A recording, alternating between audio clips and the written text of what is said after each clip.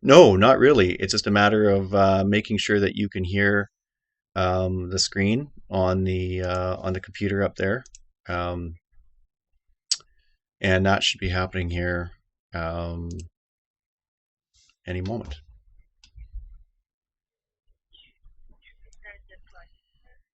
Well, main thing to do is to take the live feed and make it full screen, and just make sure that the audio is coming through.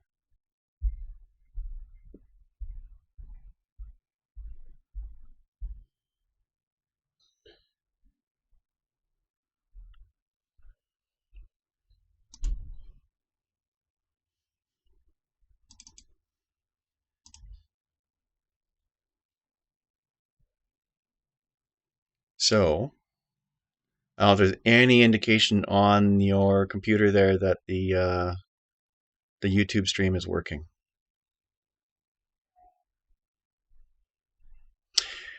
What you can do is you can refresh the screen, like just hit F5 on the keyboard to refresh youtube.com/Wes McCauley, and see if that allows the live button to appear.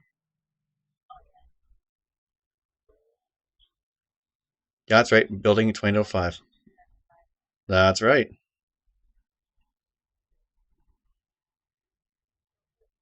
Yep.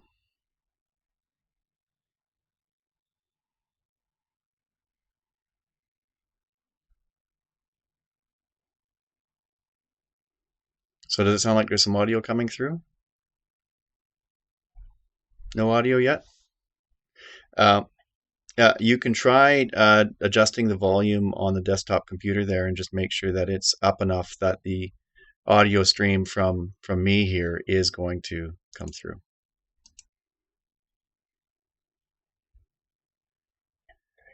Yeah, so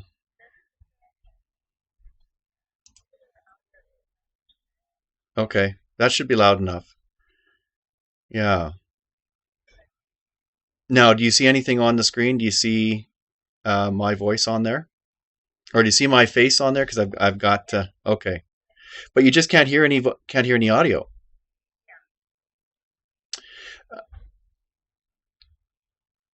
Okay.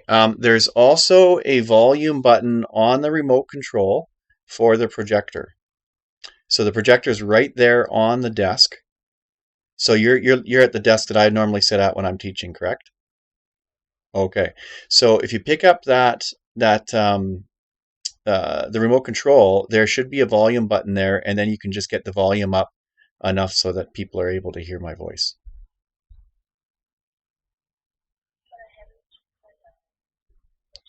Oh, that's why. Okay, so then what you should do is you should probably turn the volume down on the Windows computer, and you can turn the projector on now, and then everybody will be able to see it, and then the audio goes through the speaker on the projector. So I'd turn the volume down to about 40% before you turn on the projector.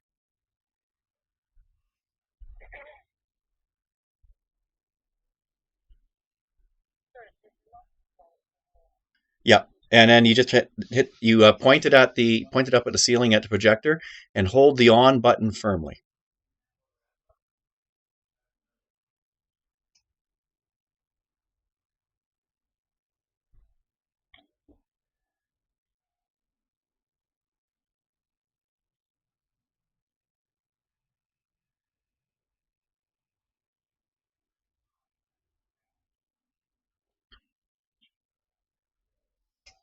You might have to push it like a couple of times, hit the on button while you're pointing it up there, and okay. And in that case, audio might start coming through too.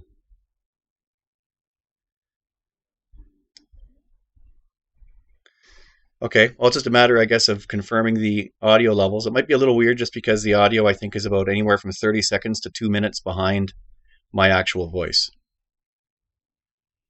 So, okay. Yep. And how about audio? Are you getting some audio out of the equation? Okay, good. Great. Okay, so we're ready to go then. So, thank you. Yeah, just turn the volume up until it's the way you think it should be, and then we'll carry on. Okay, thank you. Okay, so thank you. Bye bye.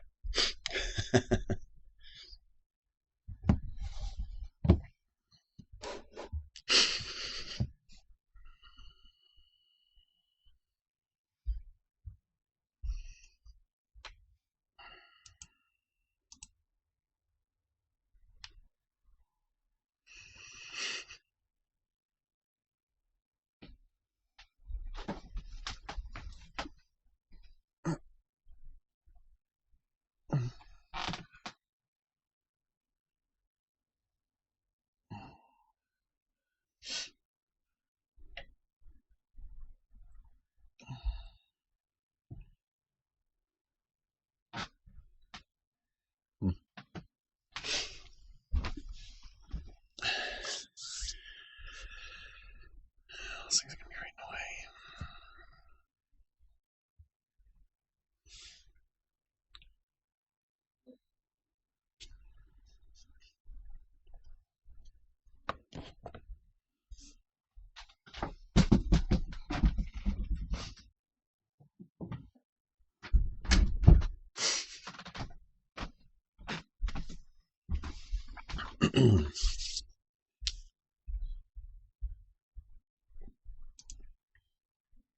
All right, everyone. Your instructor is here on YouTube anyway. We will get started here in just a minute or so.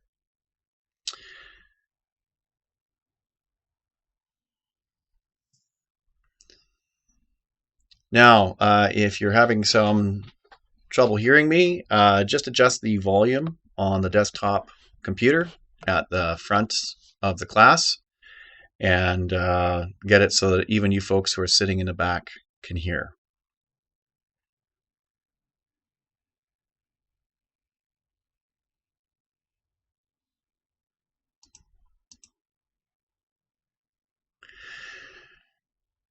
Okay, folks, if you have your pens handy, I'm going to get you to take down my cell phone number. And this is so that you can text me questions while the class is going on. Now, many of you might not have heard the or read the email that I sent out today regarding the road conditions just where I'm in the Fraser Valley. At present, the road conditions are terrible. And so neither Henry or myself are able to make it tonight. Henry is sick. So my cell phone number, so get out your pens here. It is 778 823 3913. So again, 778 823 3913. Now, because of course I wasn't there to print off the notes for you folks tonight, I have made a PDF of tonight's notes. I will print off hard copies next week of tonight's notes, but for your reference for tonight, if you folks look in the Share Out folder for Session 2, you will find the BLDG 2805 Session 02 Smart Workflows Phasing and Design Options PDF. So you can, I'll give you a moment to go and grab that PDF right now, and then we will get into our the evening's content. So again, look on the Share Out drive, the J drive, BLDG 2805 Session 2.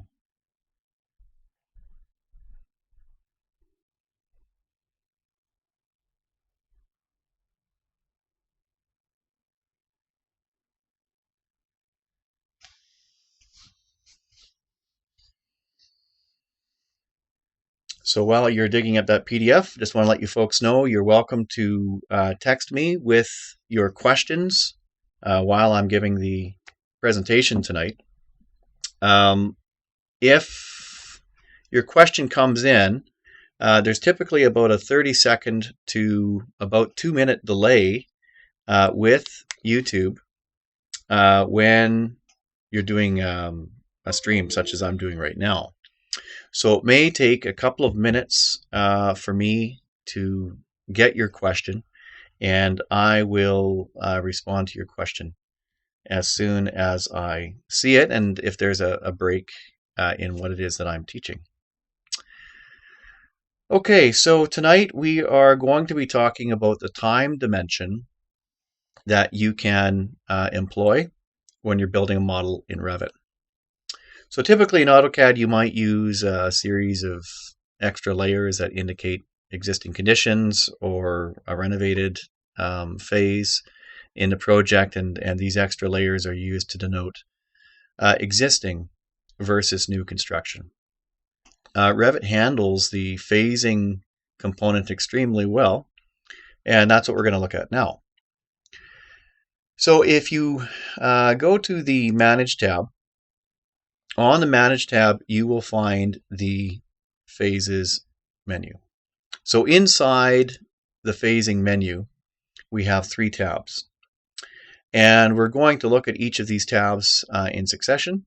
And the first one that we are going to look at is the Phases tab, the Project Phases tab. So what these rows do is they allow you to describe what part is existing and what part is new, and the names are completely up to you.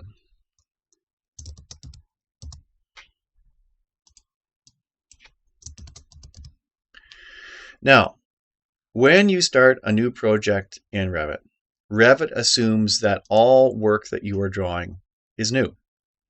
And so categories or objects in your model, 3D objects, can be given an associated phase. So it starts off with existing and new construction in your model, but Revit has everything set up so that you're drawing new construction. So with these 2 rows here named old and new, let's just go out and look at what's happening in Revit now. So at the bottom of every view in your project, there is phase filter and phase.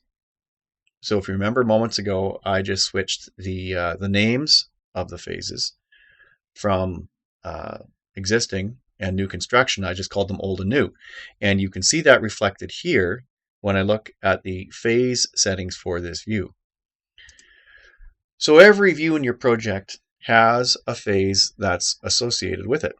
And you can change the phase of the view if you wish. So here I can change my phase from new to old, and now what we're going to see is geometry that was drawn in this phase. So back to the phases dialog box here.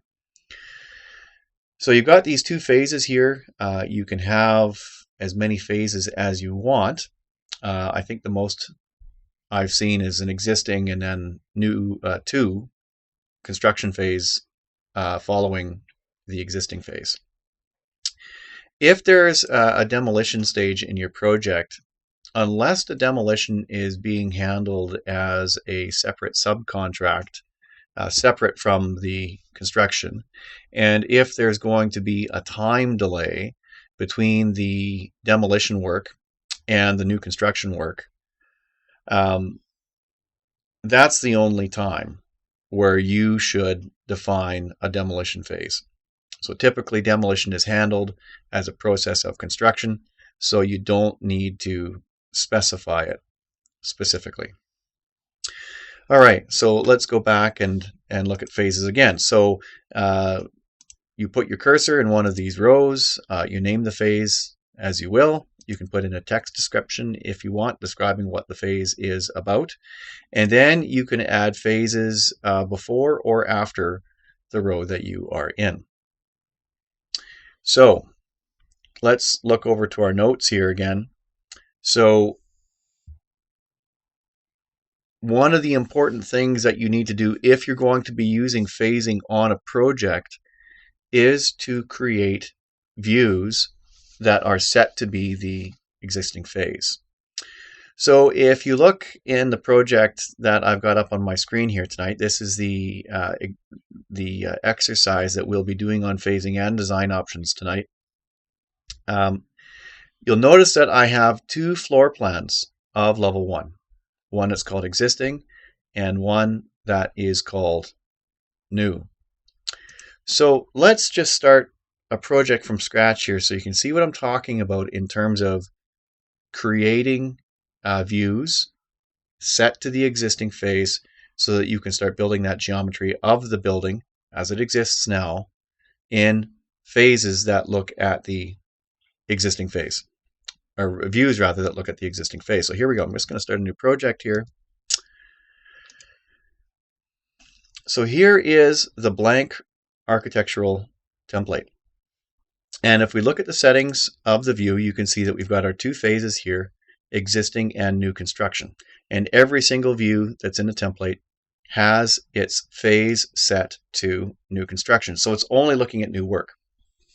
So if we are going to model the building's existing conditions, what we need to do is duplicate our floor plans right at the beginning.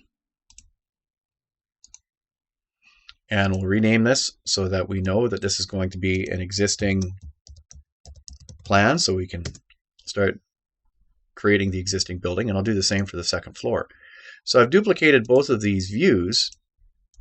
So now it's a case of, once the names say existing, we need to also set the phase of the views so that it is looking at the world from that phase. So here I've got the level 1 view, the level 1 existing view open, and I'm going to go down to its phase settings here and switch it to existing. Keep an eye on those elevation markers. They're going to disappear here in a second. And the reason is that those elevation markers are looking at the building from the new construction phase. So in a way, they don't exist in this view. They're from the future. So if we go back into the level 1 view here, you can see those elevation tags are there, but they are also looking at the building in the new construction phase. So I've got my level 1 existing, so it's looking at the existing phase. Pro tip here, folks. You don't actually have to open up a view to change its settings. All you have to do is click on it once, not twice, but just once in the project browser. And then the properties palette will show you all of the properties of that view that you have selected in the project browser. You don't even have to open it. So here I can scroll on down to the phase setting for level 2 existing and switch it to existing as well. So bottom line, in Revit, all views have a phase. So they're looking at the building with an eye to existing conditions or a new construction situation. So all of the objects that you draw in these views will take on or adopt the phase of the current view. So right now I am in the level 1 existing view. Its phase is set to be existing. So if I draw some walls now in this view, all of these walls will be considered to be existing walls. And indeed, if we go down and look at the phase setting, it was created in the existing phase. Now let's say that we are adding onto the building on the east side of the building, and that's going to happen in the future. So here, now that we're looking at the level 1 view, which is looking at the building from the new construction phase, you folks will notice that instead of appearing black, the walls appear gray. And this is by design. Revit wants to help you distinguish what are new walls versus existing walls. So here, if I just throw in a few extra walls to do that renovation, you'll see that these walls appear black and that the existing walls appear gray. So again, this is just to help us graphically distinguish between these two sets of walls. Now, in terms of the wall's construction, they're exactly the same thing. They're this generic 8-inch wall.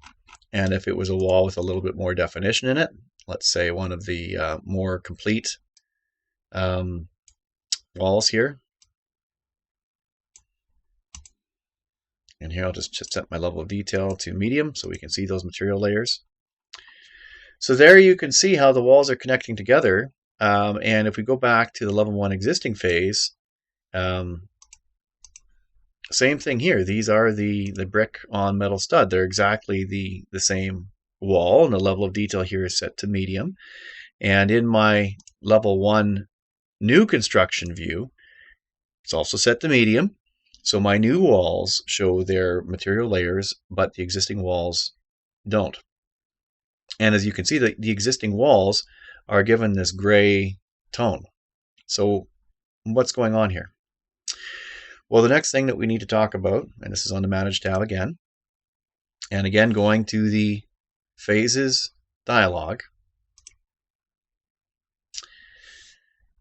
So we understand that views have different phases, as many as you need, but each view also has a phase filter. So here you can see we've got all of these different phase filters which are being listed here. And you can see that there are 4 columns.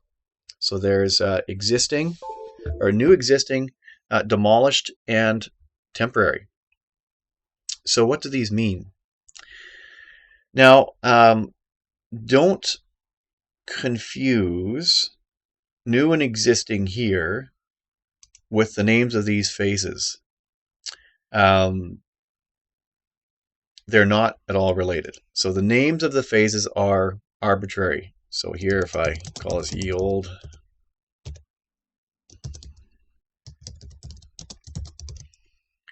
so there you go. The names of the phases are completely arbitrary. We simply make the names such that we readily understand when we look at the properties of an object, which is old, which is new. So what these phase filters and what these columns mean is the phase of the object in relation to the phase of the view. So if you have an object that's been created in the same phase as the current view, so if I'm in an existing floor plan and the floor plan is set to the existing phase, those walls that get drawn in that view are given the existing phase. So if I go to my level 1 existing floor plan here, there's my existing walls, and I click on this wall, and it was created in the existing phase, and this view has the same phase. So going back to phases and phase filters, an object that was created in the same phase as the current view, that is what Revit calls a new object. Now, if we move on to our level 1 new plan here, what we have is a wall that was created in an earlier phase, and it's being preserved and carried forward into a later phase. So, in this view that we're looking at right now, the walls that show all of their different material layers, those walls were created in the same phase as the current view. Revit calls that a new object. Whereas geometry from a prior phase that is being carried forward, it's not being demolished, it's being retained, Revit calls that existing. Now, if we have an object from a prior phase that's being demolished in the current phase, that's what Revit calls demolished. And we'll look at that in a second. Now, finally, an object that's created and demolished in the same phase is, as far as Revit is concerned, it's considered temporary. So let's look at all 4 of these conditions right now. So in my level 1 new plan, I've got my wall here. My wall's phase matches the phase of my view. So level 1, its phase is spanking new, and the wall's phase same thing. So Revit considers this a new wall. And so we've got our existing wall here from a prior phase. It appears gray. Now we need to demolish out this little piece of wall here so we can get access to the renovated part of the building. So what we'll find here is we have the demolish tool. So on the modify tab, I believe, there it is right there, Thor's hammer. So you click the demolish tool and then you go over and you smack an object with it, and this is what happens. It gets demolished. So now we're saying that this wall is going to be removed in the phase of this view. So we have a wall from the old phase, and because we are in the new construction phase in this view, it's being demolished in the phase of the view that we are in. So now when I click on this wall, you folks can see it was created in the old phase and demolished in the new phase. So we've got 3 of the 4 to talk about here. There's a new object. There's an existing object. Here's a demolished object. Now, we probably didn't need to or want to demolish this entire wall. So what we need to do is we need to use the split tool.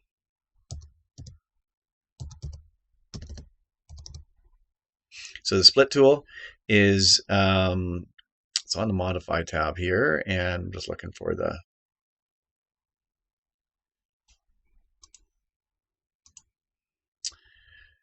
okay, so I use a keyboard shortcut, which is why, there it is right there.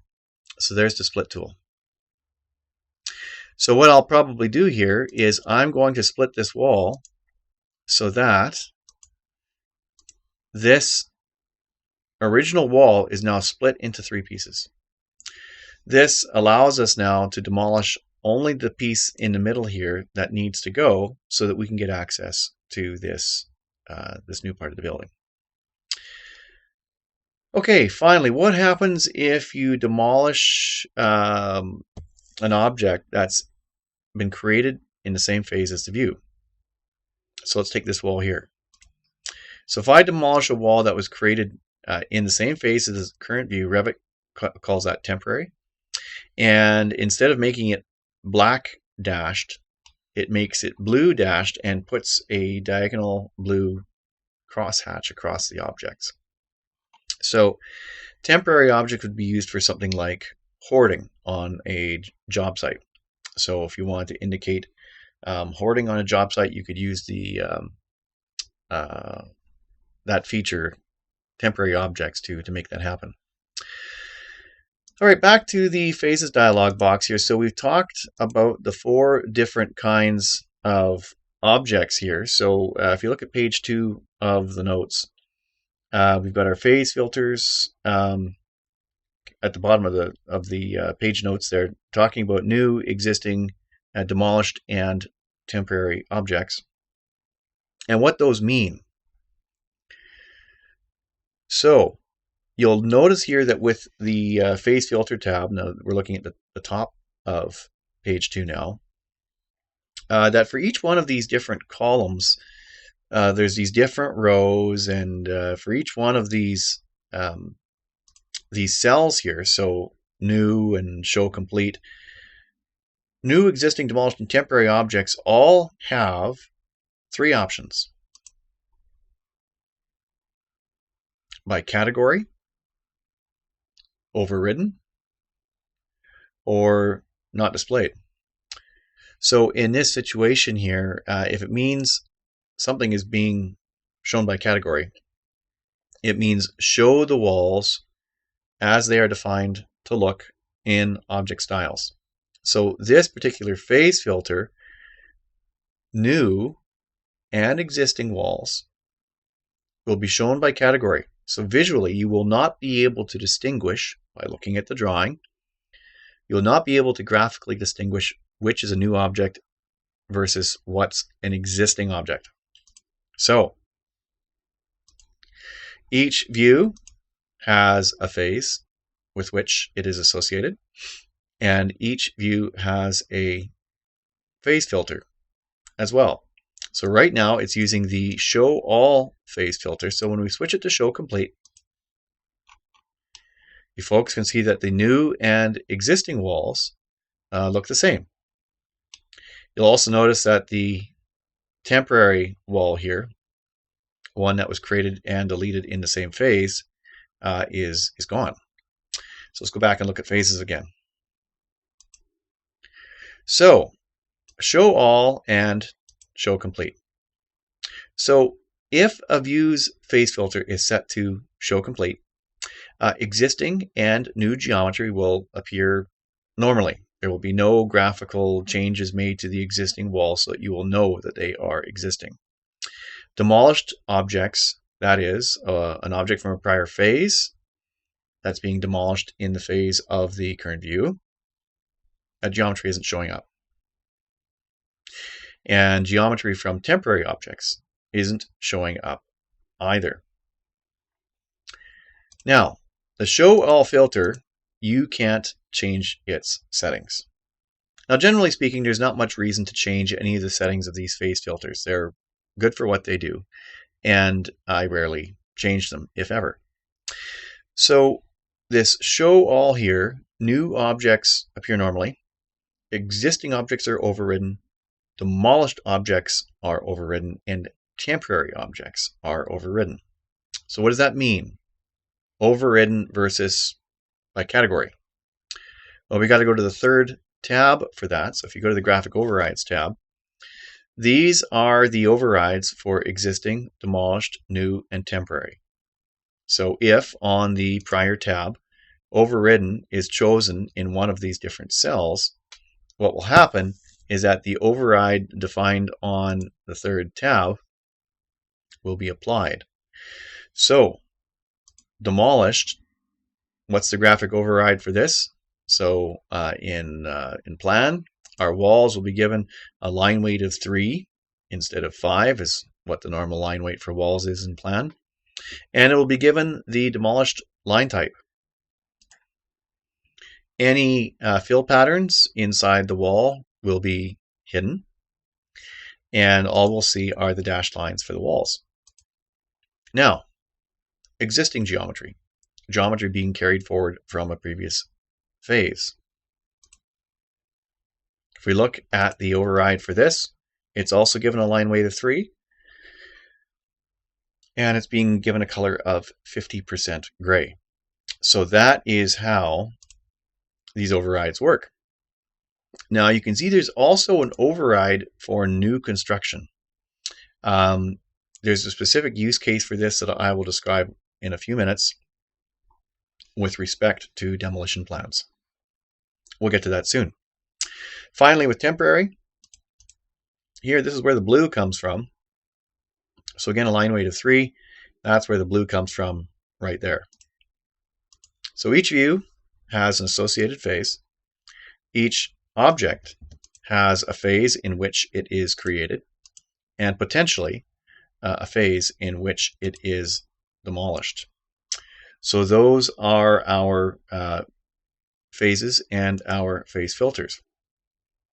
Now it's really quite easy if you make a mistake in terms of what phase you put a wall in, and also you can undo accidental uses of the demolish tool. So on the modify tab here, there's the demolish tool, and you can look on the ribbon by hovering your cursor over that button to see what the keyboard shortcut is for it on your computer. So again, this wall that I made so that it was created and demolished in the same phase, you can undemolish it by simply going to its phase demolished setting and switching it to none. And so that undemolishes the wall. One more thing to note here, going back to the phases dialog box, you can see all of these different phase filters here. One of the things that you can accidentally do in a view is you can turn off the phase filter altogether. Now, you'll note that in my existing floor plan here, you can't see future walls. So a floor plan or any view in Revit of an early phase in the project cannot see geometry from a later phase. But you can mess that up, but there's only one way to do it. You can set the phase filter of a view to none. So if you go to the phase filter, right at the top of the list of filters is none. So what happens now is that all objects from all phases appear, even objects that have been demolished, even objects that are temporary, objects that were created and demolished in the same phase. So in a view, if the phase filter is set to none, you'll see objects from future phases if you're in an existing view. So you definitely don't want to use that. Even if you say show all that simply does is employ the show all phase filter, which if we go and look at the phase filters, there's show all right there. New shown by category, existing overridden, demolished overridden, and temporary overridden. So like I said, important thing to do at the outset of every project is to create some floor plan views that allow you to build the project and document the project in its existing state. Okay, so I haven't seen my cell phone here dinging with any questions, so it looks like you folks are grasping this reasonably well, or who knows, you might have all gone home. So moving on to page 4 here, so just to reiterate what I've been talking about so far. So each view has a phase that's associated with it, and you can change the phase of the view at any time. So in any given view, you can go down to its phase setting and switch it to one of the other phases in the project if you've made a mistake. Likewise with your objects, if you draw it in the wrong view and it takes on the wrong phase, no problem, just to select all that geometry and change its phase created value, set it to be what it needs to be. So once you've got your objects and your views and your phase filters sorted, now you can start working on doing new construction versus demolition plans versus the final version of the project after the renovation work is complete. Now we're going to move on to page 5, and we're going to go back and talk about graded regions as we did last week. So if you folks want to get in on this, I'd highly recommend that you follow along with the exercise here. So I'm going to close the other files that I have open here.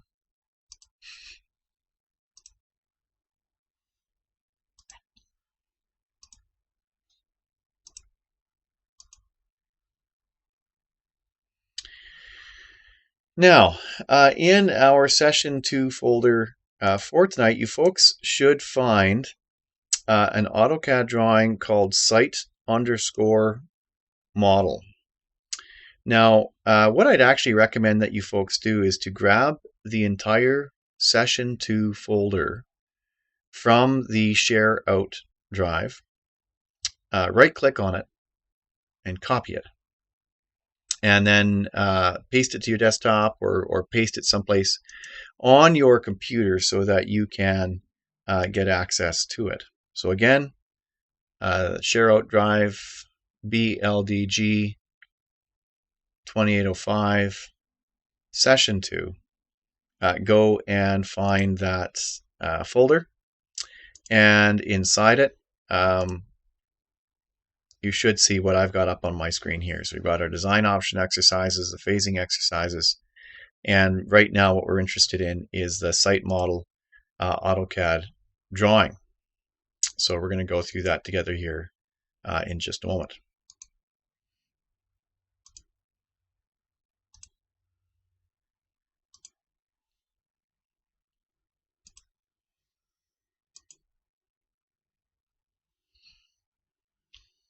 Okay, so I'm going to drop back down to the Revit desktop here, and I'd encourage you folks to do the same. So just close any open projects that you've got on the go.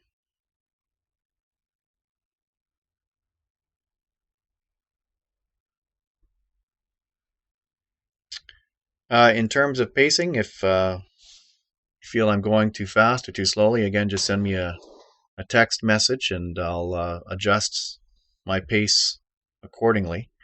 Again, my cell phone is 778-823-3913. So again, 778-823-3913.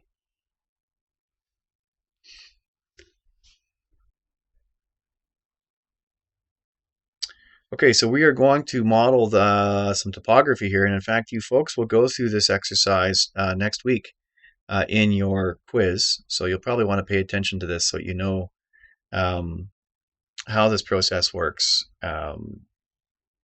once we do that quiz next week.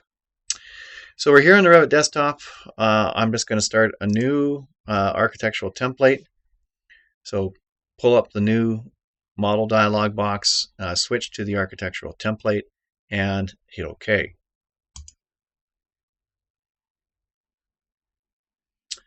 All right, so here we are, level 1 floor plan.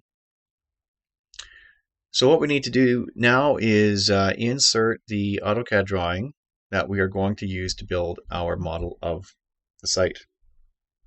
Someone's saying there's no AutoCAD file in the folder. So again, folks, this is in the share out 2805 session 02 folder. There should be site_model.dwg. That file is in there, and we'll see it here in a second. So if you need to just go ahead and copy that from the session 2 folder, just go onto the J drive right now and have a look for that AutoCAD drawing. So in about 1 minute here, we'll get started on importing that AutoCAD file and doing this terrain modeling exercise where we're going to use the graded region command and phasing.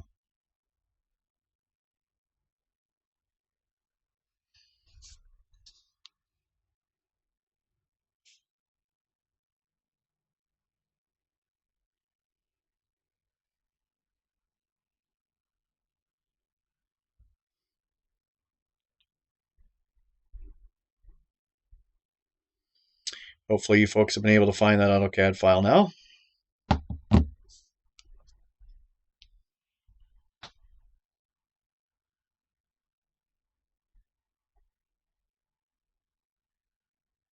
All right, so here we go. I'm going to start importing that AutoCAD drawing now. One thing with your level 1 floor plan is that by default, the topography category is turned off. So here, if I go into my visibility and go down to the topo category, it's turned off.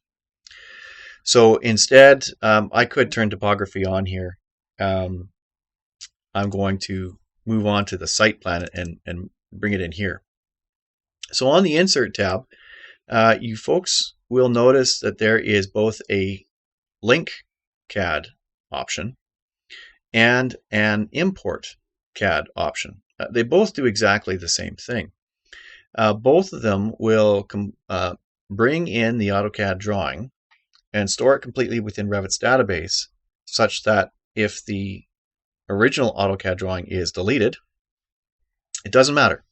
Revit already has the file in its database.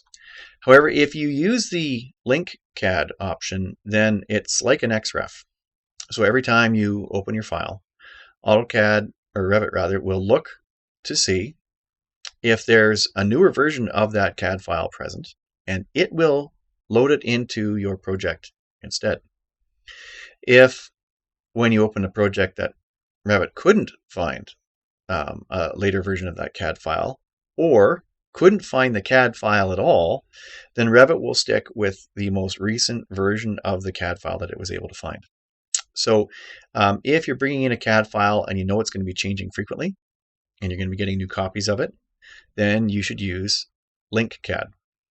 If you just need to bring in an AutoCAD drawing for reference, Import CAD is just fine. So I'm going to import CAD here, and I'm going out to the desktop here where I have the AutoCAD drawing. So again, like we mentioned last week, when you're bringing in this CAD file, most important thing you can do, uncheck this box. Correct lines that are slightly off axis. There are always lines in surveyor's drawings that are slightly off axis, and if you don't check that box, you'll be miserable, guaranteed. So in terms of units, like I said, most times you can just roll with auto detect and then just come back and do it again if something seems amiss, like the scaling of the drawing seems wrong, the property seems way too big or way too small. So we'll just stick with auto detect. There's our site model. Here we go. So I'm just going to zoom out here. So there's our AutoCAD drawing. Didn't quite put it exactly where we want it, but that's okay. We're just going to move it into place. So zoom out a bit. Once you've found the AutoCAD drawing, you'll see there's a pin on it, so we can't move it. Unpin it, and then just drag the AutoCAD drawing down so that, and there's this kind of little eye-shaped building here. That is going to be right in the middle of our drawing area, roughly like so. And so what we have here is our property lines, and we also have contour information. So if you zoom in, you can see there's a gray line here, that one right there. That's the property line. And if you guys remember from last week, if you've got an imported AutoCAD drawing, go ahead and click on that drawing, and you will see up on the ribbon we have the query tool. So once you click the query tool, you can click on one of the entities in your AutoCAD drawing, and Revit will tell you what layer it is. So that's the property line layer. And this property line goes all the way around here. You can see it follows the blue lines of the sidewalk all the way around to the other side. So you're going to want to know where that property line is next week, because you need to get the area of the site. I'm going to walk you through that in just a second. Now, you folks don't have to do this, but I'm just going to prove in 3D here. You can see we've got our contour lines, which have some Z coordinates associated with them. And then we've got our road lines and our property lines, which have no Z coordinates. They are at Z equals 0. So what we're going to do, we can do this in 3D. We're going to build the topography, and then we'll take a break for 10 minutes for coffee, and then we'll come back. All right, so on the Massing and Site tab, and you can do this in 3D, or you can do it in a site plan. Doesn't matter. We're going to use the Toposurface command. And once the Toposurface command is active, we're going to go to Create from Import. So that's a drop-down menu up on the ribbon. And we're going to choose Select Import Instance, which means, of course, we're going to pick a CAD file that's already in the view. All right, so bring your cursor down, put it on top of the CAD file. You'll see the blue bounding box, which shows the X, Y, and Z extents of this AutoCAD drawing. Go ahead and click it. And so now what we need to do is identify which layers contain topographic information. So it's only, of course, our topo layer here. So if we hit check none, so none of the layers are checked, now we can pick just the major topo layer and hit OK. If you folks remember last week, I was saying that sometimes you get little bits of extra data that are in your survey that create weirdnesses in your geometry. Let's say here that you actually forgot to uncheck all of those boxes. What would you get? Well, we're going to find out. For you folks, just choose topo major and hit OK. I'm just going to show you what happens when you do it wrong. Okay, now that's ugly, isn't it? So what Revit is doing is it's trying to triangulate between all of these different points and different places, and it's actually really easy for me to fix this. I just need to delete all of these points at z equals 0. And there's our topographic model. So what we're going to do here is we're going to use the graded region tool. So this is actually going to be our existing site. So what we're going to do here is, and we can do it now or we can do it later. Doesn't matter. I'm going to do it now.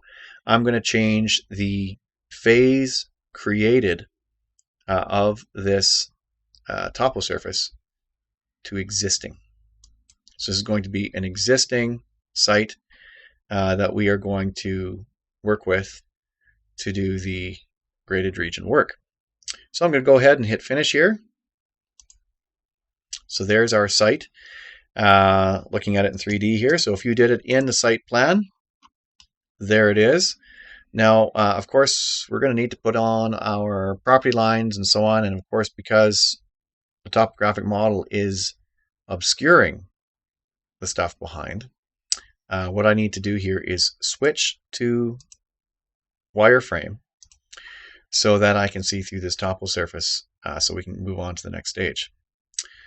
All right, folks, have a look at your watch, add 10 minutes to that, and we will come back and carry on with the site modeling.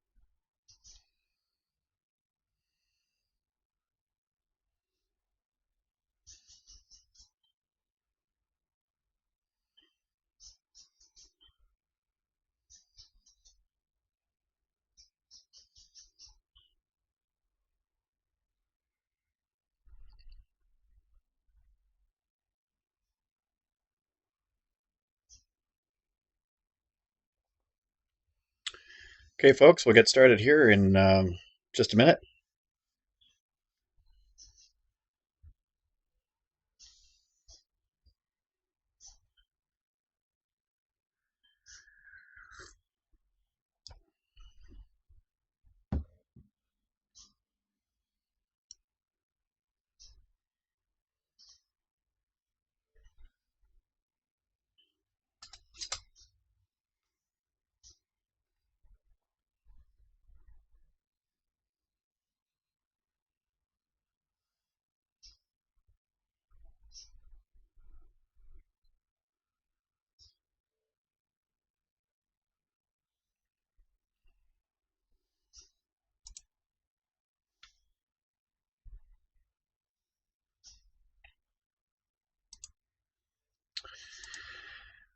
All right, so we're going to carry on with the graded region exercise here, bottom of page 5. So we're going to be looking at the process that you use to set up graded regions so that they work as intended. So now you should be able to select your Toposurface and confirm that it is in the existing phase. So once that's done, we can now click on the Graded Region tool. So on the Massing and Site tab, find the Graded Region tool. So Revit will now ask you if you want to create a Toposurface exactly like the existing one, and that's what we want to do. So now Revit asks us to click on a Toposurface so we can do some grading work on it. So just select our Toposurface, and I just realized before we do this, we've got to do the split surface. And this is because, of course, we can't regrade our neighbor's site, and we don't want to. So before we get onto that here, we're going to use the split surface command. So if you did hit the Graded Region tool, just hit the cancel button. And then I think you will have to... Do I have to do anything else? No, I think that should be it. Okay. So we're going to use the split surface command here so that we can turn this Toposurface into the part of the Toposurface that is our site versus the rest of the topographic model that we have in front of us. So grab the split surface tool, again, on the Massing and Site tab, and then put your cursor on the topographic object so you're telling Revit that you want to split this particular Toposurface. And now Revit will ask you to draw the boundaries between the two Toposurface that you want to create. So what we're going to do here is we're going to use the pick tool. So you folks can see it up here on the screen. The pick tool on the bottom line there with the little cursor on it. And what we're going to do is we're going to zoom in on the property line of the site, that gray property line, so you folks can see where I'm zooming in here. Zooming in, and put your cursor over that property line and hit the tab key once. Now what this will do is it will highlight all of those AutoCAD property line entities in a row all the way around the site. And once they've been highlighted, you can left click. So you should be able to see a continuous set of pink sketch lines all the way around the site. So go ahead and finish. So now you're going to have two topographic models. You're going to have your offsite model, and we'll look at it in 3D here. So there's your offsite model, and there is your on-site model. So we're going to be regrading our site. So I've returned back to the site plan here, and now we're going to, from the Massing and Site tab, we're going to use the graded region command. And again, we're going to use a Toposurface exactly like the existing one, and pick the inner Toposurface that we've just split off from the other one. Go ahead and click it. So the object next week in the quiz will be to regrade our site. So what we're looking at here, of course, is the new site.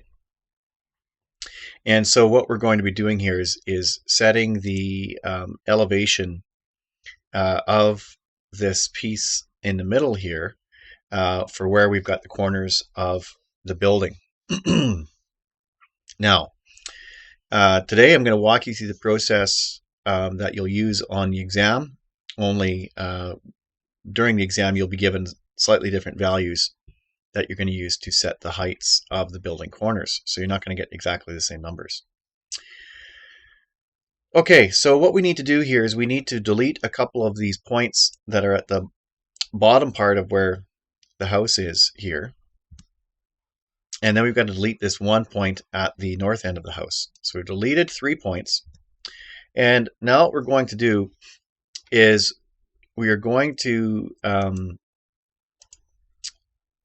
add some points around the house so we can basically flatten the site around where the house is and create a bit of a sort of a plateau area in here as well.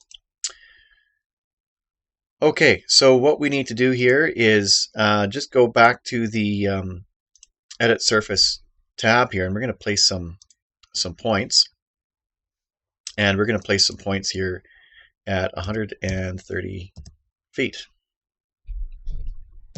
130 feet absolute elevation. And what you just simply need to do is just pick all of the perimeter points of the house like I've done here. So what we're doing is we're dropping pretty hard here at the back of the property. You can see how steep the contour lines are there. When I go into 3D here, you can see the impact that grading work is having. So all of those points are at 130 feet elevation, and you folks can see on my screen here, I will just highlight the points that I'm adding. So those right there. So 4, 8, 10 points that we are adding total to this Toposurface after having deleted those 3 other ones.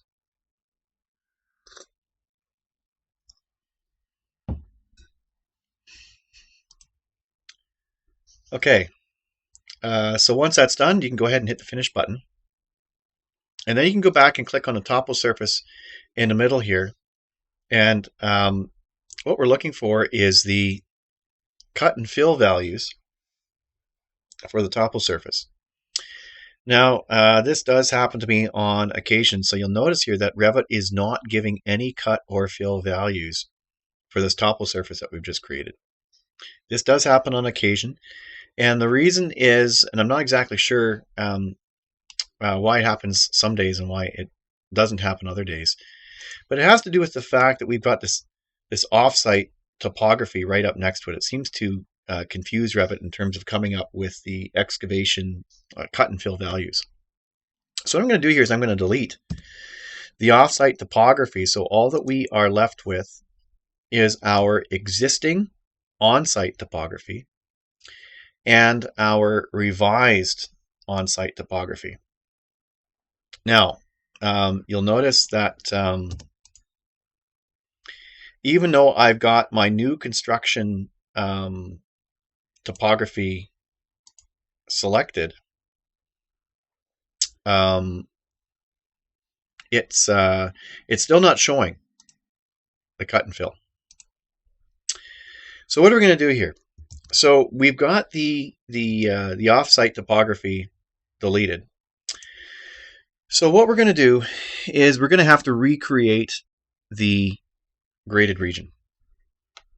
So what we have to do here, and I'm in 3D, is I'm actually going to delete our new construction Toposurface. So the one where we just added those points. So put your cursor on the edge of the Toposurface and click to see if you get the new construction Toposurface. You want to confirm that you are in fact getting the new construction Toposurface. So if you don't, so you put your cursor on the edge and you click and you get the existing, then what you need to do is put your cursor on the edge, hit the tab key once, and that will pick the other Toposurface at your cursor, and then that will allow you to select it. So in this case, it allowed me to select the existing Toposurface. So again, in 3D, I'm going to the edge of my Toposurface and I'm deleting the new Toposurface, not the old one, the new one, and I'm deleting it. There we go. All right. So now we've got our existing Toposurface from before, and I'm going to undemolish it. So once I've deleted the new Toposurface, I'm going to select the existing one. And where it says phase demolished, I'm going to set it to none. So now we're back to where we were before, where we've got our existing Toposurface, and we can make the changes to it that we need to do. Okay, so return to the site plan, and we're going to do the graded region command once more. All right, so in your site plan, pick the graded region tool from the Massing and Site tab. Here we go. And then choose just like existing, and again pick your existing Toposurface. And as before, we're going to delete these 3 dots. And we're going to place points at 130 feet in those same 10 locations that we had before. Now I want to point your attention right now over to the ribbon here. As we put in these extra points, you can see that Revit is cutting or calculating the cut and fill values based on what we're doing here. So if we look in that dialog box right now, you can see that we're cutting 59,000 cubic feet. We are filling, so right here we're raising the ground up a little bit here. We're raising by 10,000 cubic feet. But on the whole, we are negative. So that means we have to remove from the site, so what here, 49,000 cubic feet of material. Again, if you want to see this information in cubic meters, which is usually what our contractors are interested in, on the Manage tab, you can go to the Project Units dialog box and change the volume here to cubic meters, as you're usually likely to see on a job site.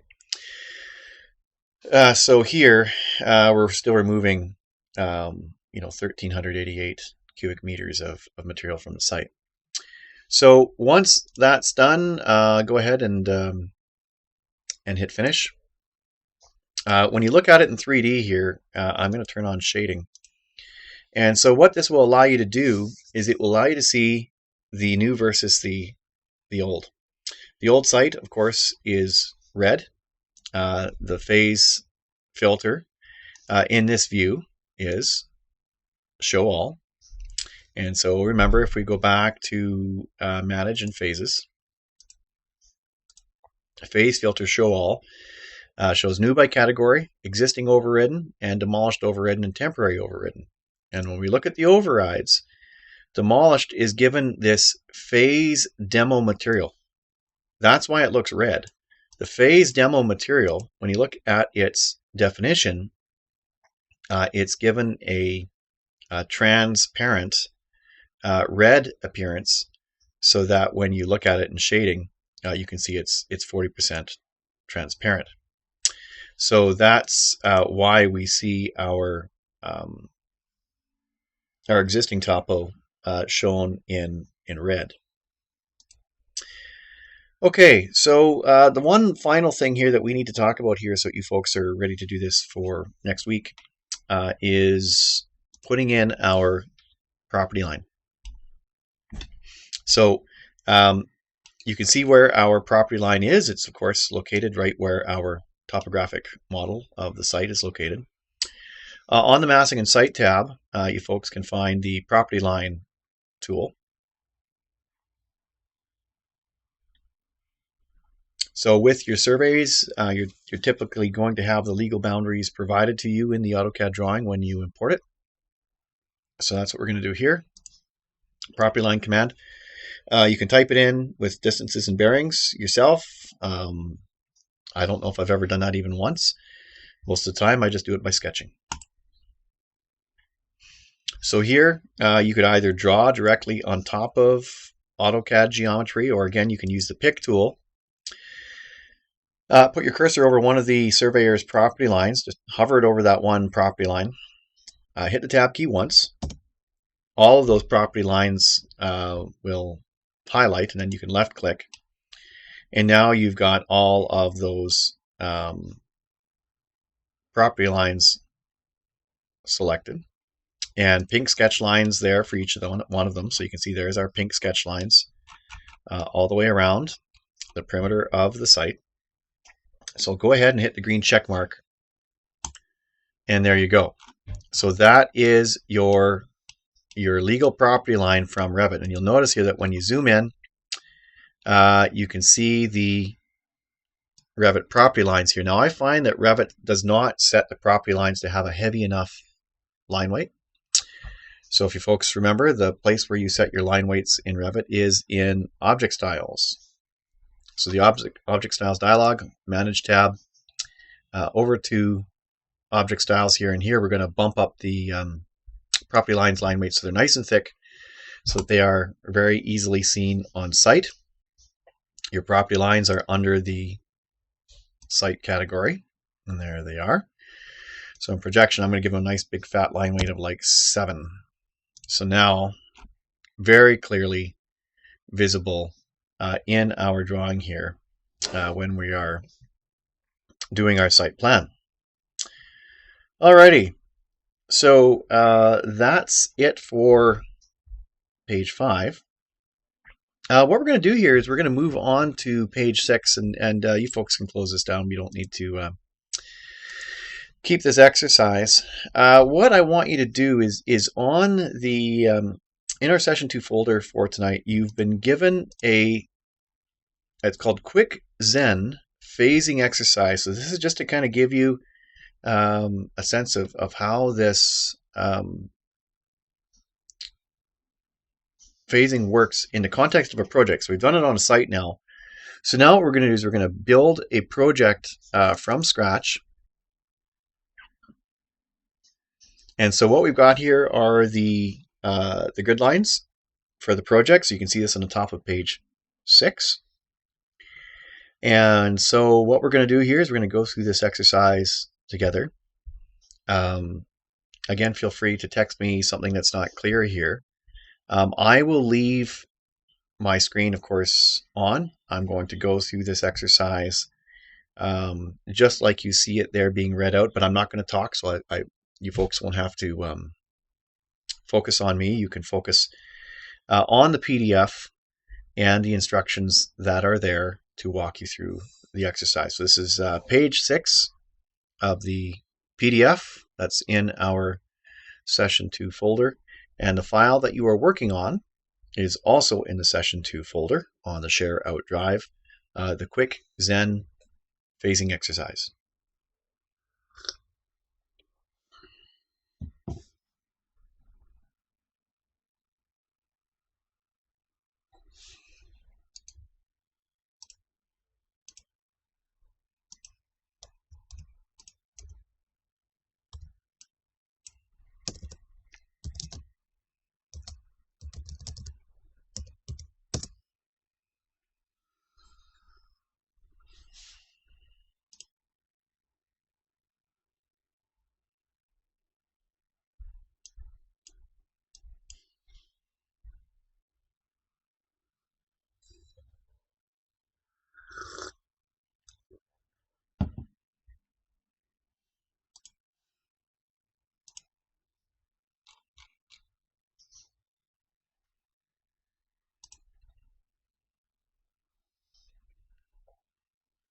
One thing to note here, folks, when you draw your walls, pay very careful attention to your base offset and your top settings as well.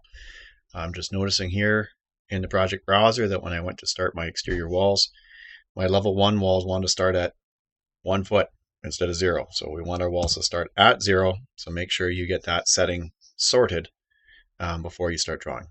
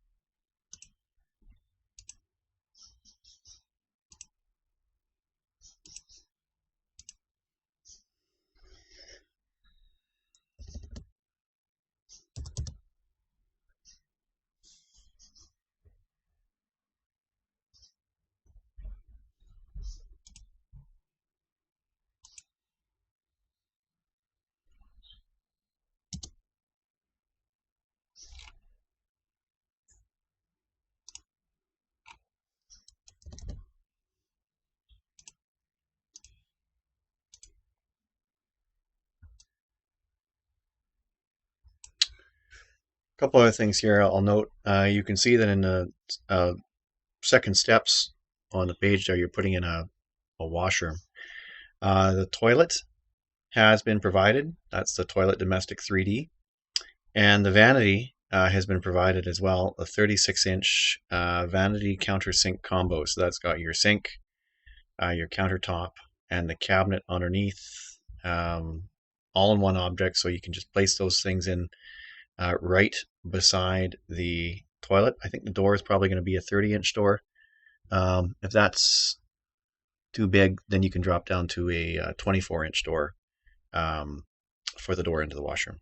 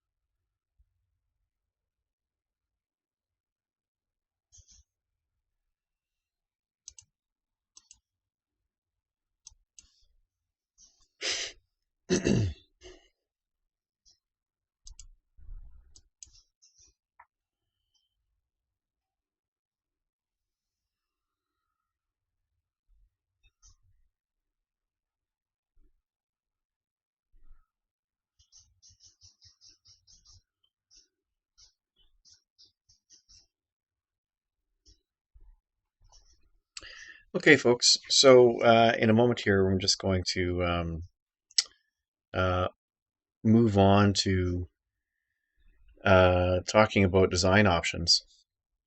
A couple things I just want to note here while we are doing the new and existing and demolished work on our building here. One of the things that's really helpful to do when you're setting up the existing wall parts of it that are going to be demolished in the later construction phase. You'll notice that, originally what I did was, I'll go back into the existing view here and just draw another piece of this wall coming in here.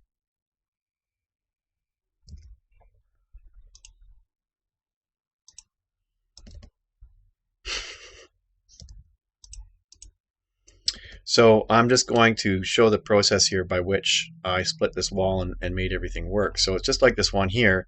The top part is going to be demolished, but it was originally all one wall. So I used a split tool, as noted. So you use the split command, and I split the wall, this one here, just a little bit higher, like so. And so now what I'm going to do is I'm going to take this wall, which I know is going to be deleted, and I'm going to pull it out of the join here a little bit, and I'm going to right click on that wall and disallow join. Now, why am I doing that? Well, what it does is it allows me to bring these walls together and adjust their wall ends without something frustrating happening. What is that, you ask? I shall show you. If you split the walls apart and then pull them apart from each other and then pull them back together again, Revit merges their geometry again. And that's not what I want to happen. So if when you pull a wall end away because you split it from the total length of the wall, right click on the end of the wall that you've just pulled away and choose disallow join. So this will allow you now to bring that wall end in and adjust its endpoint without it merging back with the original length of wall. So what this allowed me to do is to pull this bottom part of the wall down so it was flush like that. And then I was able to bring my part wall here, which is going to be demolished, bring it down and attach it so it looks like this, which is no big deal because I know that this wall eventually is going away. So now when I go into my new construction phase here and I use the demolition command on it, you get a nice clean graphic for the remainder of your walls. So I just wanted to point that out to you. Now the other thing I want to point out to you here is some slightly weird things that happen with your walls, with your existing walls, because of work that you are doing in a later phase. So look at this wall here, this existing wall. Now you can see that there is a new door which is being put into this wall in a later phase. So here's the door that's being added later. And you'll notice here that Revit is like showing that there's something being demolished here.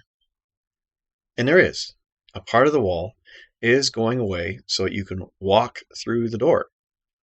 So if we look at the existing floor plan, we can see that when we bring our cursor down here, that little piece of wall that's underneath my cursor, that is, I can even select it here as you can see, that's from the door opening. Now this is cool. There's nothing wrong with this, just something so you're aware of it. But what's less cool is this. In my new floor plan here, what I want to do is make so that there's just a walkthrough in my existing wall. No door, just a walkthrough. So on the architecture tab, I go and find the wall opening tool, and I'm just going to draw on the wall here and put on, in my new construction view, into an existing wall, an opening. So I've got an existing wall that's continuous, and then in a later phase, I want to put an opening in it. So here comes the opening. There. So there's my opening. My opening is in the, I've added it here in a new construction phase. There it is. Here's the problem. When you put an opening in your wall, regardless of which phase you put that opening in, it creates the opening across all of your phases. So that's confusing and obviously not very good. So instead of using the wall opening tool in a situation like this, what I would recommend you use is a family that has been provided to you in the Session 2 folder. It's called the Rectangular Opening Instance Family. And what it is, it's like a door family without the door. So you just load this thing into your project and away you go. So you set the width of the opening that you want and the height of the opening that you want. Click on it in your view, and there's your opening. Now here, I'm going to put this in the new construction view here. Now this is not a door family. It actually is a generic model family. So it's not going to appear in your door schedules. So here you can see in my new floor plan, there's the opening that I want. You can see it creates a little sort of dashed notes there like something's being demolished, and it is. But when you go back into your existing floor plan, it does the same thing as the door. It shows the little section that's going to be cut out in the future, but it doesn't create this phaseless hole in your walls through every single phase in your project. So that's why I recommend that you folks grab that object out of our Session 2 folder for tonight and use that for your projects. The other thing, of course, is just to talk about phase filters and their impact on what you see on the screen. So here I've got my level 1 new view here, and when we go down and switch the phase filter to show complete, you can see what's happening here. And this is kind of what you should expect to see when you folks are done the exercise. Okay, so I'll give you folks another couple of minutes to wrap that up, and then we're going to just do a very brief review on groups and some best practices there, especially for you folks who do multifamily architecture or any sort of unitary layout like office layouts in a corporate setting or what have you. So another minute or two and we'll dig into that.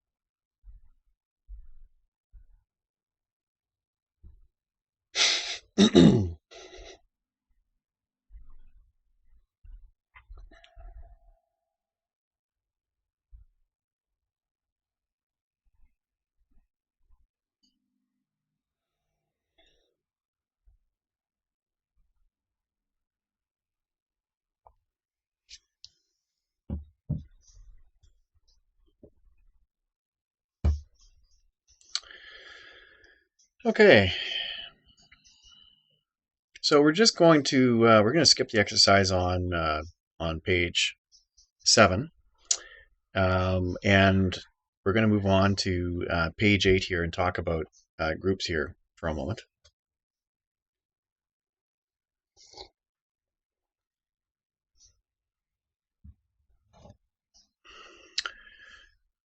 So with groups,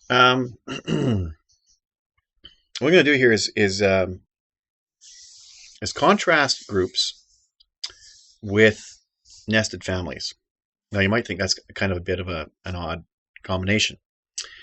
And I'll talk to you about what we use groups for typically in an architectural plan. And we'll talk about some other things that people use groups for that maybe it's not the best idea in the world. So let's talk about how you should use groups. So for doing a unit plan, a residential unit plan in a condo or a tower project,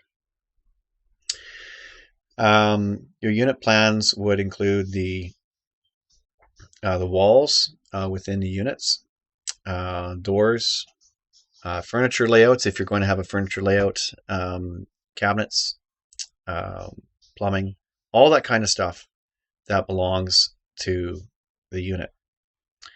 And what about the demising walls? Typically, all of your demising walls on any given floor should be a group of their own. So if you look on page 8 of our notes, just a few things to mention here with regards to the groups. When you make a group, Revit sets the origin of the group at the geographic center of all of the objects that were selected when the group was created. So I'll give a little demonstration of that right now. So here, if I create a wall for, just say I've got a little interior office that I want to build, and I'm going to put a door to get into the office, and I'm going to put in, do I have the desk in here? I do. So I need to make my office a little bigger here. Okay, so if I've got my desk here, and I've got my my walls, this is going to be a typical office layout here. Maybe I'll put a little bit of interior glazing here, just some storefront. So we've got some bit of a view out of this thing. So all of this is going to be a typical office in this building. So I select all of those objects, and then up on the ribbon, we've got our group button here. Now, presumably most of you folks, if not all of you, have used groups in the past. And so what groups are really good for is they're good for repeating objects or repeating parts of your plan that are made of objects of different categories. So as you can see, this group contains walls, doors, and furniture. So if you've got a repeating part of your plan that has objects from multiple categories, groups are the answer. That's what they're meant to do. So here, I'll call it a typical office. And there's my group. Now, you will notice that there, right here, this thing that I'm dragging around on my screen is the origin of the group.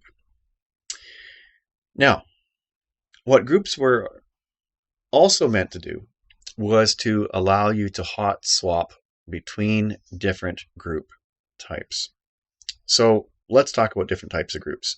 Now I'm going to put the origin of the group right in the corner here along the outside wall. This is a good idea. So now if I want to copy this group, I just go ahead, grab the copy command here, and I will make 2 copies of the group here. So I've got 3 copies of this group. 1, 2, and 3. And of course, as you folks know, if you make a change inside a group and then you finish, it affects all of the other copies of the group. Now, let's say that we want to have a group, an office here that's got 2 doors coming into it. So this is going to be more of an admin office that allows people to come in from either side. So I can take one of these groups that I've got here and I can duplicate it.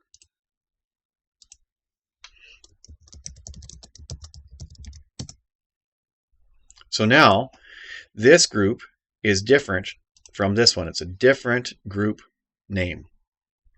So what I'm going to do here in this group definition is I'm going to edit the group and I'm going to put in that second door. I'm going to move the glazing down a bit here, shorten it up a wee bit, and I'm going to put in another one of these doors down at the end. So now my admin office has 2 doors. So now if I want to use this group elsewhere, I can hot swap my typical office with the admin office.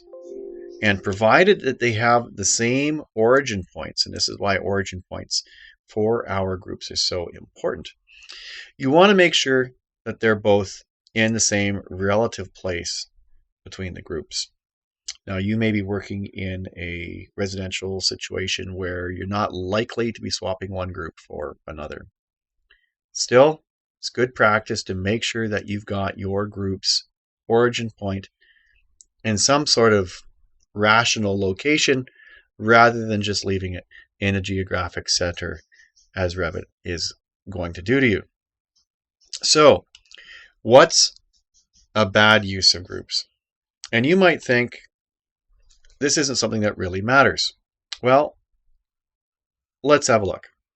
What I'm going to do here is I'm just going to load a family, just a table and some chairs. So I'm just going into Revit's furniture folder here, and I'm going to grab a table, just a round one here, and I'm going to place that table down. And then I'm going to load another family here. I'm just going to grab myself a chair.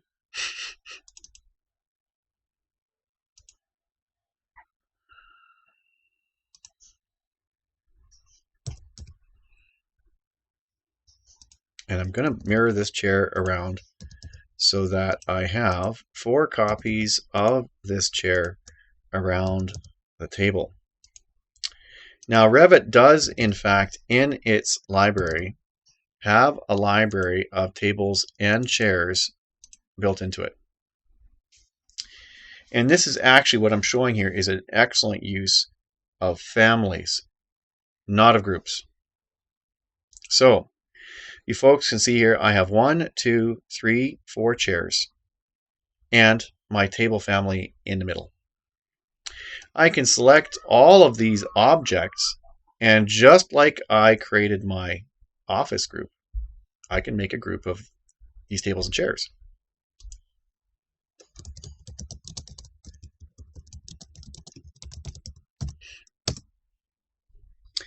Now, the one advantage of this is that if I decide that I want to make an arrangement with this table that has only 3 chairs, and I've got a bunch of these things that are all over the place here in my project, you guys know that I can go in here, edit the group, delete the chair, finish the group, and now all of the other groups reflect the fact that there's only 3 chairs. So what's wrong with this? Well, Revit is a database. And what we're doing here is when we make a group like we're seeing on the screen here, you might think, well, it's just one line entry in Revit's database, isn't it? It is not. Revit considers this thing to in fact be 5 objects. We have the group itself, plus the table, plus the 3 chairs. 5 objects. Now, going back and looking at the example of the table that has the chairs built in, what's going on here? Well, it's a nested family. So what we have is it was the table family, and then someone loaded the chairs into the table family. Really easily done. So when we go and open up this family here and place it and put it in our model,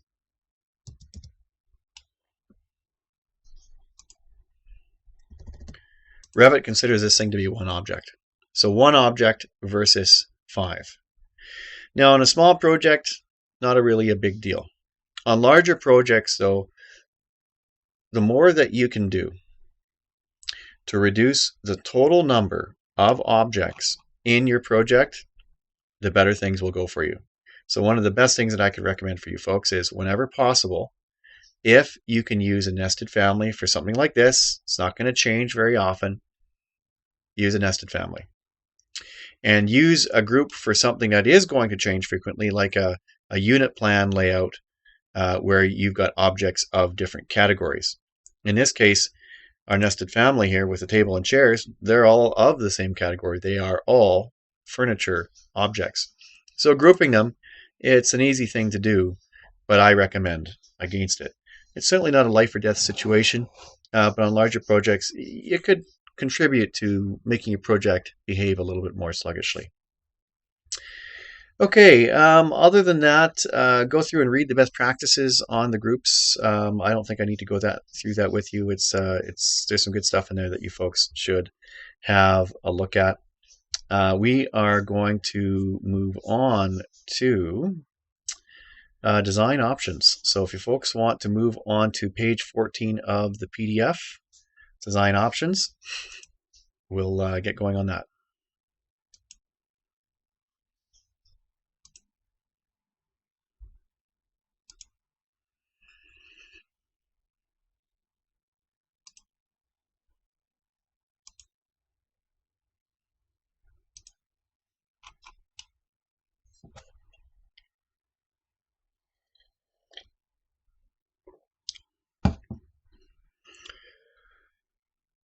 Okay, page 14, design options.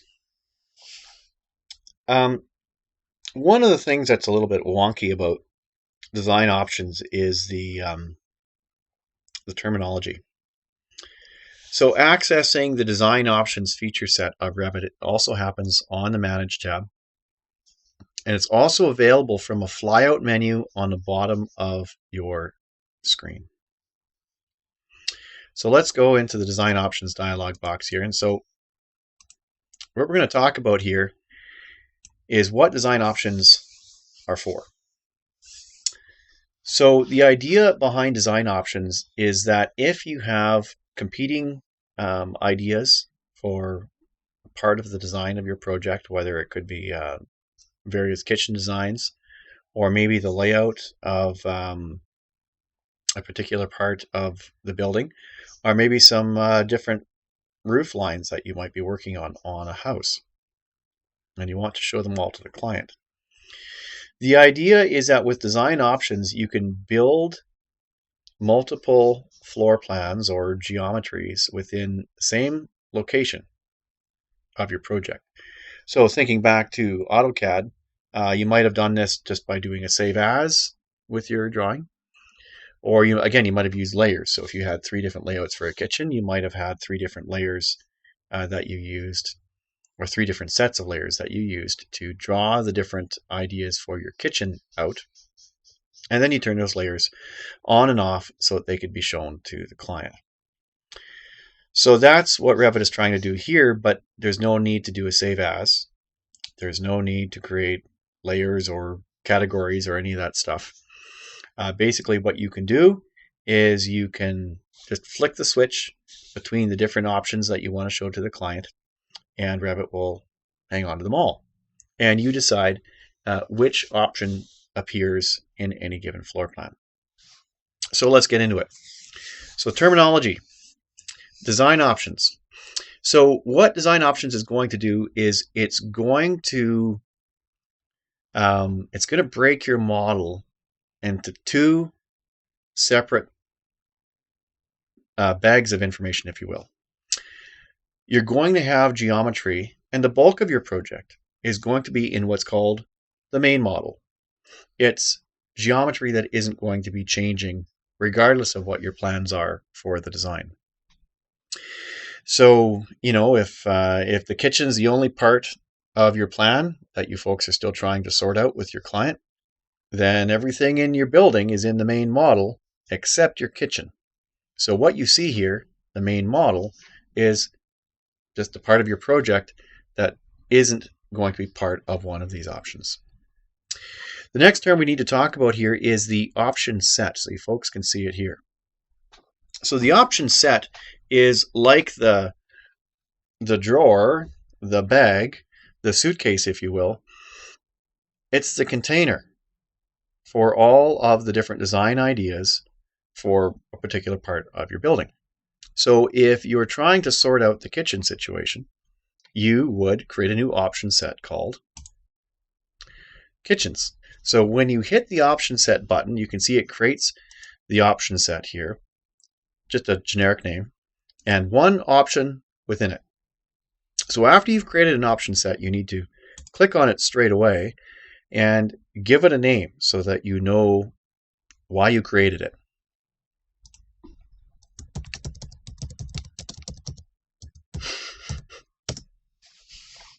So here I've renamed the option set to kitchen plans. So you might have 2 or 3 different concepts for the kitchen that you're trying to sort out. So the one that you think the client is most likely to go for is one where there's going to be an open plan plus a dirty kitchen on the side for doing wok cooking. So here I've got this new option. I'm going to rename it. So it's going to be open with dirty kitchen. Okay. So that's the first option in this set. So I got a couple more that are associated with kitchen plans. So I've got 3 ideas for my kitchen that I'm trying to sort out with my design team and with the client. So here's another option. So this one is going to be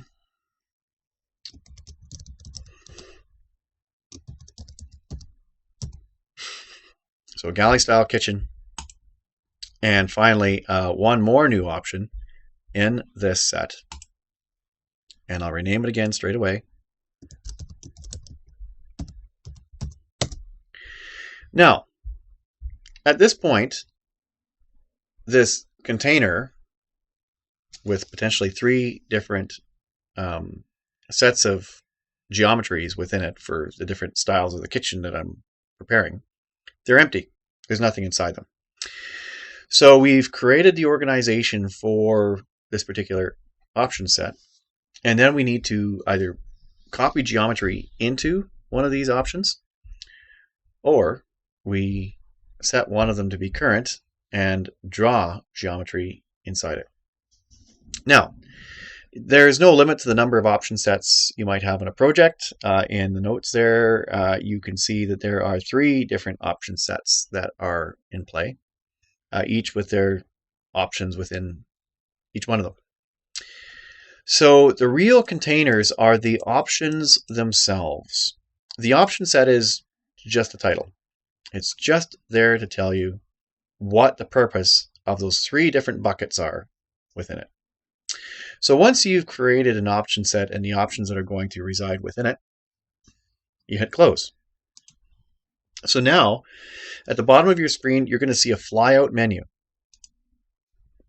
So you've got the main model, which is, your project that's not being up for discussion.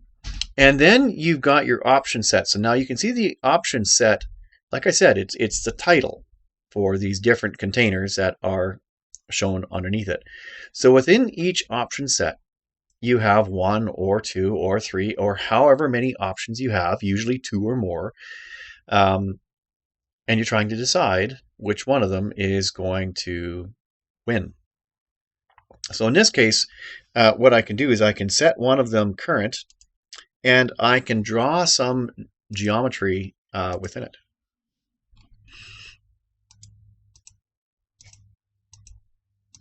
So there we go. So there's my L-shaped option here. And now I can switch to the galley style here. So let's draw the one wall.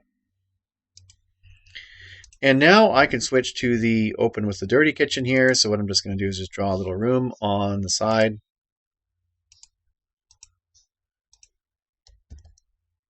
And so what I have here are 3 separate floor plans.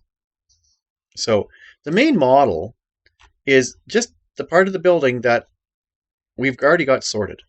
Nothing needs to change on it. But now we've got our option set where we can switch between 1, 2, and 3. All the geometry in an option set typically is drawn in the same place in your plan. And if they are in separate options within that set, they don't interact with each other. The walls don't interact with the other walls in the option set.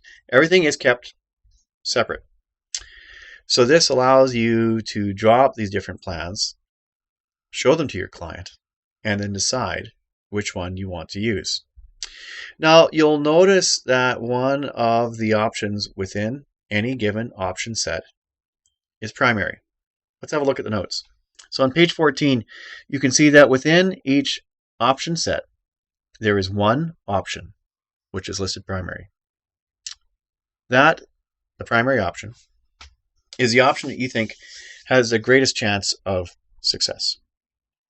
And so by default, when you're working on the main model, Revit shows the design option that you think is the most important one. And in the design options dialog box, you decide which one of the options within the set is primary. So down here, if I think this one's going to be primary, I can change it and make that one primary. And there we go. So now that option is being chosen as primary instead of one of the others. So if we think the L-shaped is going to be primary, no problem. We go back into the design options dialog box, click on L-shaped, and we make it the primary. And that's the one that Revit will show by default. So now we can talk about, well, okay, what is Revit showing on my screen?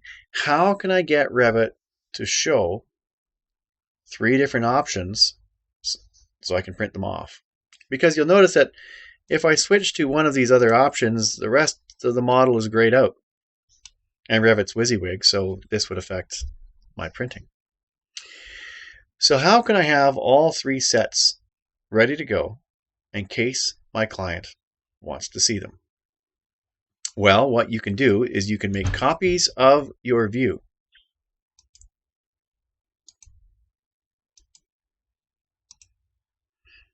So here I've got 3 different copies of my view.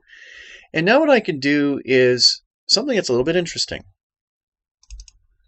In your views, once design options have been enabled, you'll now have a new tab in your visibility settings. So here's the visibility settings, and as soon as you've enabled design options on your project, you've got a design options tab. On the left, in a series of rows, Revit will list all of the option sets that you've created. We've only created the one. But within that option set, we have the 3 options that I created moments ago. And you can see them all here. So what I can do is I can ask for this view to either always show the primary option, that's what automatic means, or I can force this view to show one of these other options and make it manual. So let's say that I want my new plan here to always show the L-shaped option. So now, instead of always showing the primary option, I'm forcing it to show the L-shaped option. It's primary right now, but if that were ever to change at some point in the future, the L-shaped option might not be primary. And if that's the case, it's not going to change what happens in this view because this view is set to look at the L-shaped option, whether it is primary or not. If I set it back to be automatic, then this view will show the primary option, regardless of which option that might be. So here, set it to be L-shaped. Now I can go to this other plan view here, go to the visibility settings, go over to design options, and set the view to look at another option of my choice. So typically what I would do is within a given view, I'd say, well, this is my galley kitchen here. So I would go and rename the view to match the option. So in this way then, it means that at any given moment, you've got all those different options within the option set ready to go. Now, typically, you probably won't need or want to create whole floor plans ready to go for each one of your options in each one of your option sets. But you probably will want to have separate floor plans for various options in at least one set in your project when you have them, so that they're there ready to go when you're working. One thing to note: when you're working in your model here, you can see that when you're in main model mode, you pass your geometry over geometry that's in one of the option sets. It can't click it. Now, down on the status bar, there is this exclude options checkbox, which if you uncheck it, it will allow you to click geometry that's inside one of your option sets and make changes to it. That is until the next time you hit the escape key. So watch down here. Let's say you were just hitting some command and you want to get out of the command and you hit escape. The instant you hit escape for the first time, this exclude options box becomes checked again.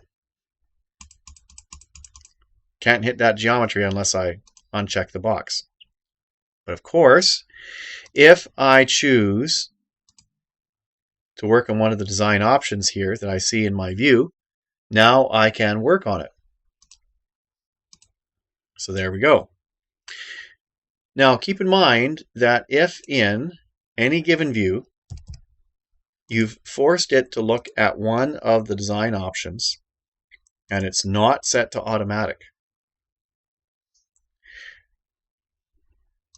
So here, I've forced it to look at the galley style option. That's great. This view is the galley style option, but if I choose it, ask it to look at one of the other options, it's just grayed out and I can't do anything with it. So what's the problem here? Well, the problem is that I've asked in design options to work on one option, but I've hamstrung this view because this view can't roll along with whatever option has been set current. So if I leave this view set to automatic, then it can always move along with the option that's been set current. So best practices on design options would be to have one of your views always set to automatic. This will allow you in this view to switch between the different options that you're working on within any given option set. And then when you're in the main model mode, it shows the primary option as one of the different floor plans that you were creating to show the various options within that set.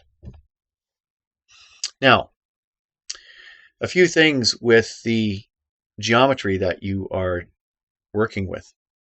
Like I said, you can set one of those options current, and all of your drawing tools here would be available. Now, let's say that you've already got geometry in the main model, whether it's doors or walls or furniture or whatever it might be.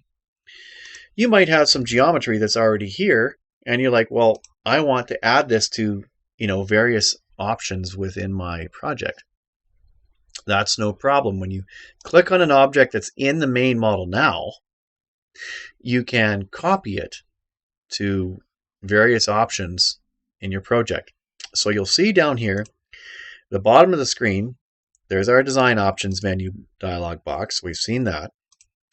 But if you select some objects that are in the main model, we can add them to our option sets.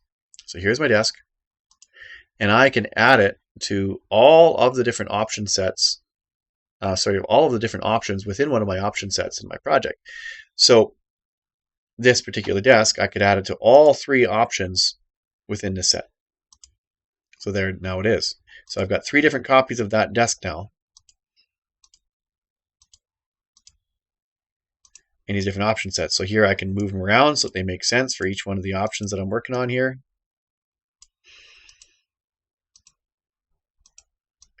And so I've got 3 copies of that desk, and they're just in different locations,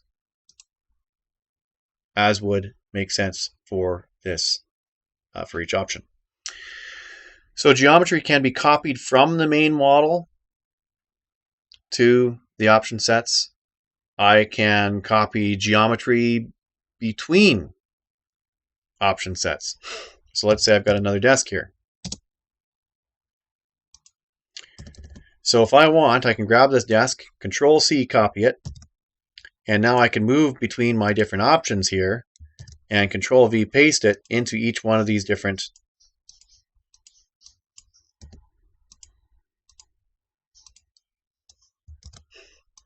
options, right? So now you can copy objects between options, and you can draw geometry with your options set current. And you can copy geometry from the main model once you selected it by hitting the Add to Set button. So this is one of these things that you folks are going to need to spend a little bit of time with so you can understand how design options work. Let's move on to page 16 here. So we've talked about how our views, once we've created an option set, we're going to have a design options tab that's going to be presented to us. And for each one of our options, we can define if this particular view is going to use the automatic mode, which means it will show whichever option is set current from the flyout menu at the bottom. So that's automatic mode. Or we can, in our views, force the view to look at one of the options within an option set. So that's something that we can do as well. As I mentioned earlier, you can choose which option is going to be primary in any given option set. Now, bottom of page 16. If the client or the design team finally arrives at a decision about which one of the options is going to win, you can choose the, so there's our L-shaped option, which is going to be the primary. So let's say that we want this L-shaped to win. What does that mean?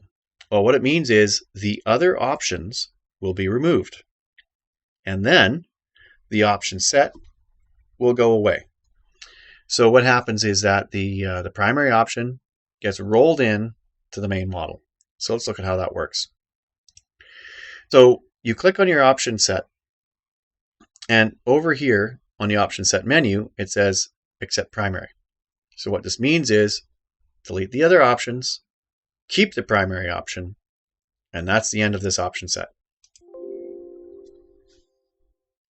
Now when you do this, the other options go away, and any views that aren't associated with the primary option would go away as well. And there you are. So now you can see there is no option at the bottom. Everything's just the main menu. Now looking at page 15 of our notes, or I guess it was page 14, where you can see that we have 3 different option sets. If we wanted to get rid of all of those, we would have to accept primary for each one of those option sets. So, like I said, you can have more than one option set in your project, but generally speaking, the goal is to accept the primary option in one of those option sets such that all of them go away and you're left with the main model. Working with design options is a slight hassle because you're always having to go down into the option set list here and pick one and make it current and do your thing. And then when you're done, revert back to the main model. Not a huge deal, but to me, once a client has accepted a primary option, I appreciate that because it just means it's a little bit less management for me to do of my Revit project. So finally, Tonight, what we're going to do, if you folks want to move to page 17, what we're going to do is draw out the plans that you see there using design options, and you folks can hand that in next week. If you have any questions about what we talked about tonight, send me a text message.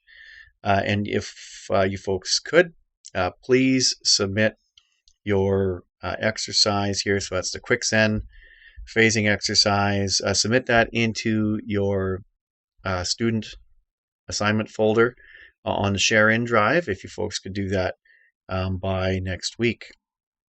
So I'm going to end the live stream now, but of course I will be here, and if you've got any questions, just text away. And other than that, we'll see you folks next week.